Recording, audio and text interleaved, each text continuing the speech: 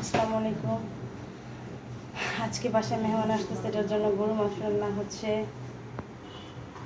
ডাউল রান্না হচ্ছে। দিয়ে দিচ্ছি পেঁয়াজ মরিচ এবং দিয়ে দিচ্ছি আদা রসুন পেস্ট। সব কিছু একসাথে মিক্স করে বসিয়ে রান্না করা হবে। এখন দিয়ে দিচ্ছে হলুদের গুঁড়ো,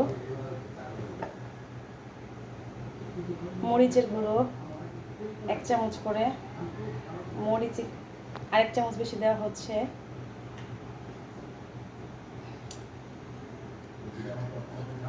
ধনিয়া দেওয়া হচ্ছে এবং দেওয়া হচ্ছে জিরার গুঁড়ো।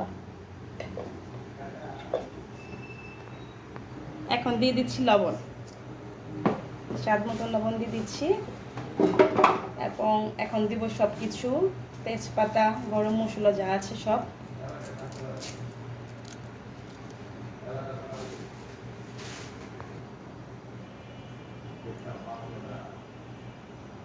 এখন দিয়ে দিচ্ছি এলাচ, এখন দিয়ে দিচ্ছি মাংসের মশলা, দিয়ে দিচ্ছি অয়েল, সয়াবিন তেল। এখন সব কিছু মিক্স করতেছি।